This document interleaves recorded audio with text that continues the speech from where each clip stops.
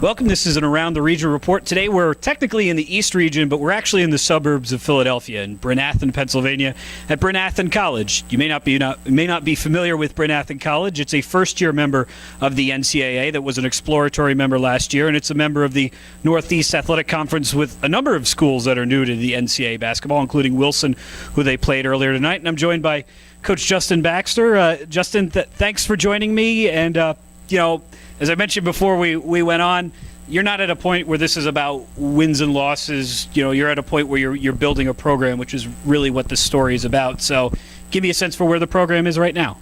Yeah, I mean, we're ahead of schedule, way ahead of schedule. Athletics just about 4 or 5 years ago was brought to this college. We didn't even have athletics. It's a little different than say, Wilson College, right, where they had women and they had athletics. Here, we didn't have any athletics. Right. So it's a little different in that aspect, and we're ahead of schedule. The fact that we are part of the league, NEAC, and we're part of and being an exploratory year of the NCAA, right. We're light years ahead of where we were supposed to be in that process. We were thinking it was going to take maybe an extra year or two to get to this point. So we're very excited about that. It's been a rapid pace here, and we're growing with not only the athletics department but the school in general. Yeah. I had a chance to talk to some of the coaches. I met the lacrosse coach who's new. I met the women's volleyball coach who's new. Yep. And I know that you guys. And you guys more or less have a fully formed program. You've got a decent roster. You've got a nice gym. It looks and feels like an NCAA college basketball game when you're here. What was it like when you first got here? Tell me about what the building process is like to get to where you are. How long do I have? No. I think the tape is like an hour. Yeah, I might use it. No. We built from scratch. Yeah. The floor, we had the floor redone. We built from there. We had to buy baskets. We had to buy shot clocks. We had to buy benches. We had to buy the scorer's table. Okay. We didn't have any of the materials that you needed to be a college basketball team. The athletic director has done a great job. He definitely made myself and the female coach part of that vision. Yeah. And we built literally from the ground up. We had nothing. Luckily, we did have a gym to right, build into this great facility that we do have. But literally, from the floor to the baskets to the shot clocks to the scoreboards, right, everything had to be purchased. Where are we putting those things?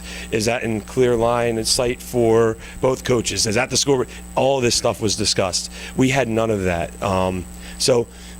And from that, building a roster, we had the first year. I got hired in, I believe, April 2012. Okay. So I got a full year to recruit. Right. We bring in recruits here. We're not playing any games because we don't have a team. Right. We're bringing recruits here. We don't have a basket or any balls to show them. Like, we're bringing them in and saying, here's our vision. So our sophomore class is like, here's our vision. Here's what this is going to turn into. Right. Do you want to be a part of it?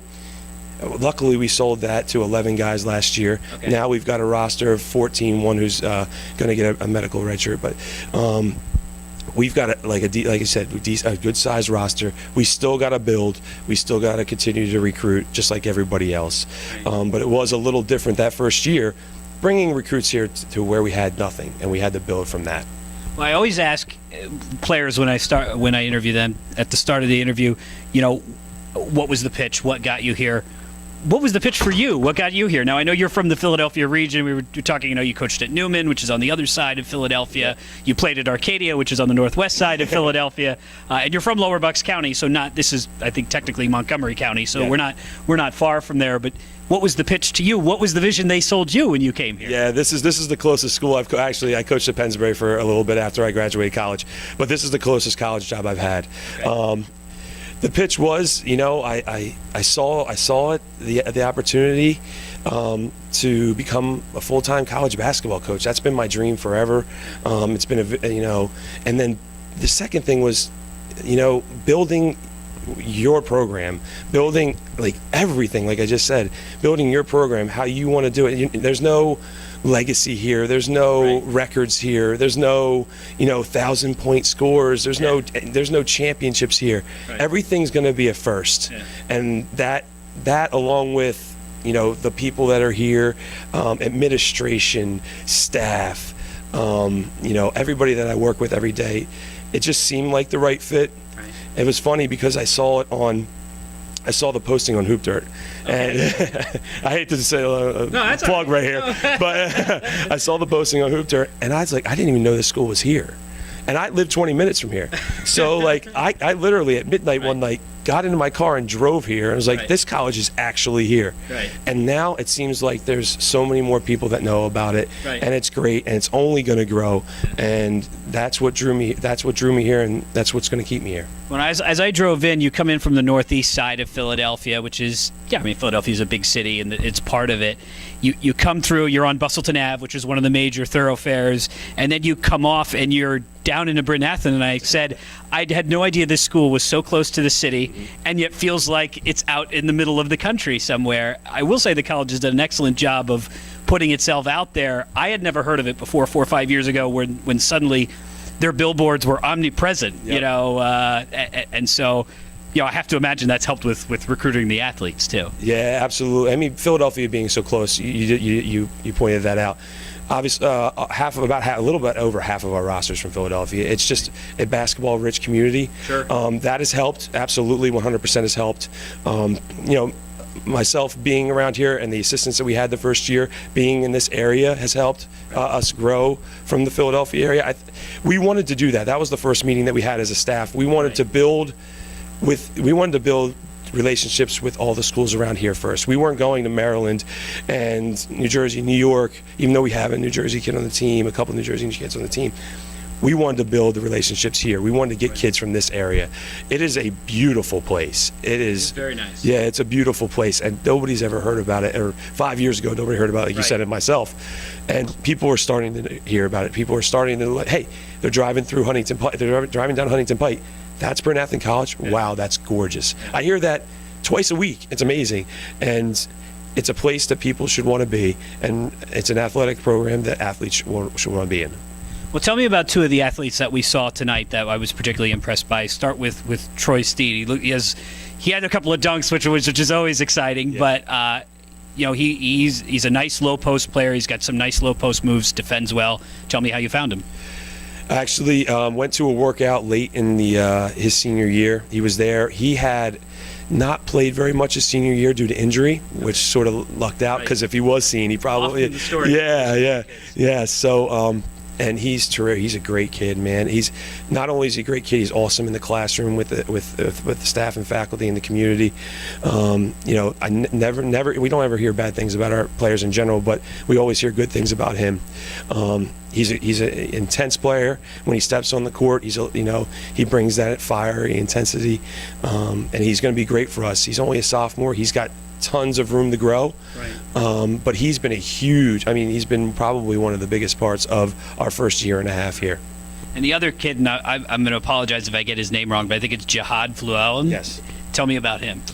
You got him late, actually, too. He came with his mom on a visit late with one of our assistant coaches, and they just loved the school. They wanted that small school environment.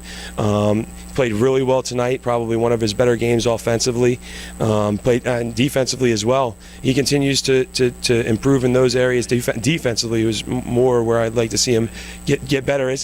All freshmen need to get better defensively in the college game. That he's going to continue to see more playing time. He did shoot the ball well tonight, which helped, and I hope that he continues to grow on both ends of the floor. I asked Coach Smith this same question. Right now, it's clearly not about wins and losses. We talked about what your pitch is to the recruits. What's your pitch to the players to keep their heads up as this looks like it could be a pretty rough season? Yeah, I mean, we're only 2 games into the league right now. True. So our pitch is that we still have so much of that year left. That's really what matters. Our non-league schedule, we scheduled really tough games for a reason. We wanted to put ourselves out there and play against the better competition of the MAC and the Centennial and the teams in the Capital. We played two Capital teams. We're a second-year program. Who does that? The coach needs to get out of here now. But we scheduled that for a reason. We wanted to be able to get into those games and compete against that competition. The only way we're ever going to get to that level is if we compete against it and see how it works. So we wanted to do that. That's how we scheduled. That's how we scheduled next year. We're not going to lighten up. Some people I have heard from other people and other coaches, why would you do that? Like, why would you put yourself in that situation? And Well, and the team had a solid record last year. We did. We've been hurt a little bit by injury, and some things have happened. But we still, like we said, we still have 16 league games left. Right. So at the end of the year, you come back and interview me at the end of the year, I'll say, wow, that 0-8 start with all those tough games, yeah, maybe I shouldn't have done that. If we come back and, hey, we make a run here and we end up making the NEAC playoffs, we'll be like, well, maybe those games prepared us for that situation. Last question for you, and I asked Coach Smith this same question. When you look 4 or 5 years down the road at the Division III, or could be at a higher level, where would you like? Do you have a program that you look at and you'd say that's who I'd like to be like? And I know you're from what was the Pennsylvania Athletic Conference. I think when Alvernia and Cabrini and Wesley were there. Yep. And you coached at Arcadia. Is there a program and you say down the line I want Bryn Athyn to be? Franklin and Marshall. That's the best. That's the best one to pick. Cabrini. Yeah. Anybody who's made the national championship game. No. Right. Fair? Yeah. We've got a long way to go to get to there. Right. I mean, but if you're going to ask me that question, yeah, Franklin and Marshall. Sure. We have high standards academically, right. So we want to stick to those academics like they do. But then we also want to compete on a national level and be ranked in the top 25 every single year and compete for a championship in your league every single year and give yourself a chance to play in a Final Four. Thank you very much. We'll be back with more around the region after this.